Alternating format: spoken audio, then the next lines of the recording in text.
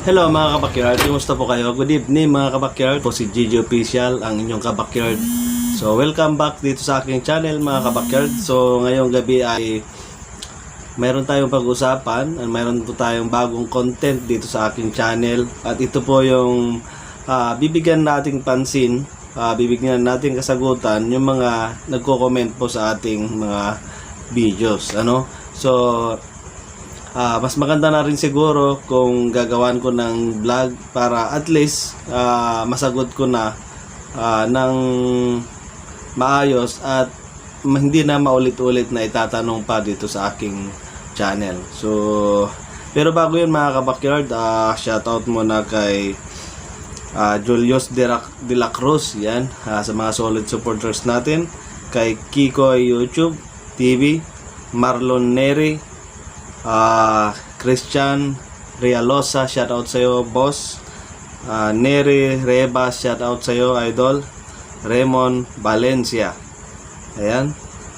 At kay Nino Ray Bayobok, ayan. So ngayon di na tayo magbibigay ng komersyal dito sa ating vlog na to. Di na tayo magpapatalastas kasi alam ko naboboring kayo mga kabakyard. Ngayon ang sasagutin po natin ay itong si Neri Ribas. Ayan, shout out sa iyo idol. So bossing, anong magandang vitamins sa maintenance ng manok? So yun yung kanyang tanong. So kung napapansin nyo, hindi na po ako naglalagay ng mga pictures, ng mga videos about po sa mga cockfighting dahil napakahigpit po ni YouTube.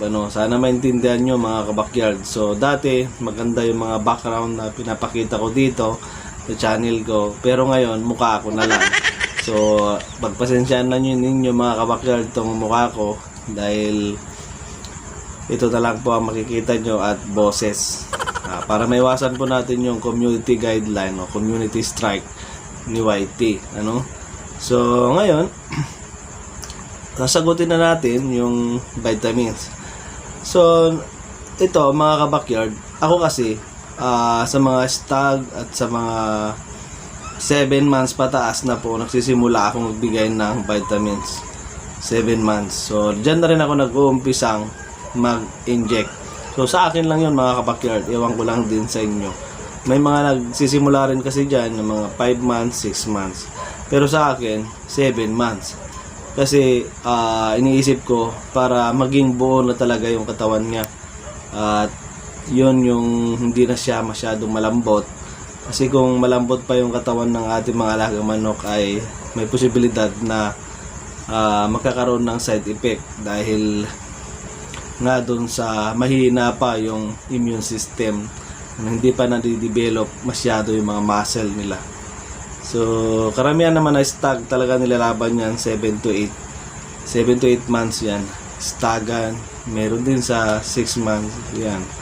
So ang maintenance natin dyan, so magbigay lamang tayo ng B-complex injectable every 15 days. Ayan. So para hindi masyadong tagsak naman yung alaga natin sa gamot. So kasi hindi lang po yung B-complex ang nabibigay natin.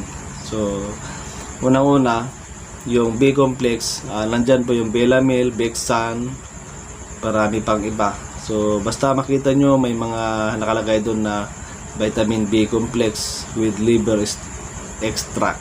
Ayan. So yun po, 0.5 lang magbigay tayo every 15 days. So kung nagbigay tayo ngayong halimbawa July 1, so dapat July 15 magbigay ulit tayo. So naka-monitor dapat yan, nakakalendar yung mga records nyo para hindi nyo makalimutan. So yun po yung magandang maintenance na dapat nasa katawan din ng ating mga alaga, sapagkat nami-maintain natin yung kalusugan, yung healthy, unang-una yung red blood cell ng ating mga alagang manok, panataling natin malakas.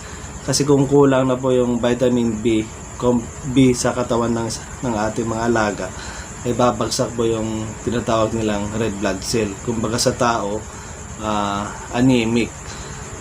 Okay, so hindi lang yon. Na-discuss na natin yan sa ibang mga vlog natin kung ano yung naitutulong ng B-complex sa katawan ng ating alaga. So, pangalawa, magbigay po tayo ng B12, mga kabakyard. B12.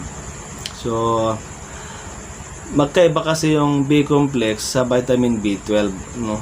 Yung B12 kasi para lamang yan sa dugo talaga. So, yan yung kinakailangan nating ibigay lagi sa ating mga alaga sapagkat minsan hindi sila nakakatulog ng maayos kasi maraming mga lamok.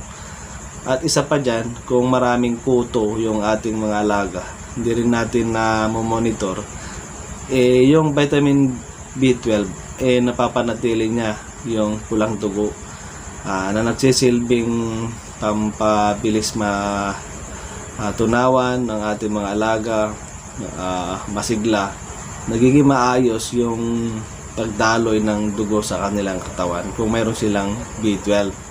So, na-discuss na rin natin yan mga kabakyard, no? So, yun. Magbigay tayo ng B12 every siguro 3 times a week kung hindi po kayo tinatamad. Kasi pag minsan may mga kabakyard tayo dyan na halos tinatamad na, minsan hindi na, minsan nasusubuan ng vitamins yung ating mga alaga. So, huwag ninyo pong pababayaan mga kabakyard. So, kahit siguro makapagbigay tayo ng 2 times a week. So, magandang bagay, malaking bagay na po yun sa pag-maintenance ng ating mga manok. So, lagi nating sasamahan kung magbigay tayo ng B12 ngayon. So, kinabukasan, pwede tayong magbigay ng 2 straight na calcium. Yan. Halimbawa, Sabado-Linggo, calcium, 2 beses, 2 araw yon, Sabado-Linggo, magbigay tayo. So, susunod, mga another 15 days, yun, magbigay tayo ng B-complex.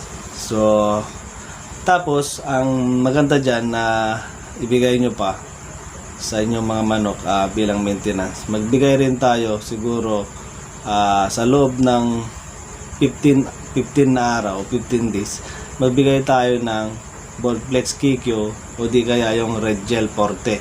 So, 2 beses din yun na sunod.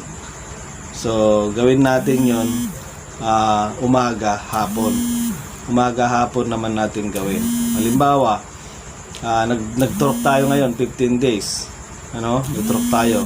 So, kinabukasan, pagpainom na po tayo ng Boldflex KQ pagkatapos kumain at pagkatapos kumain ng umaga at hapon.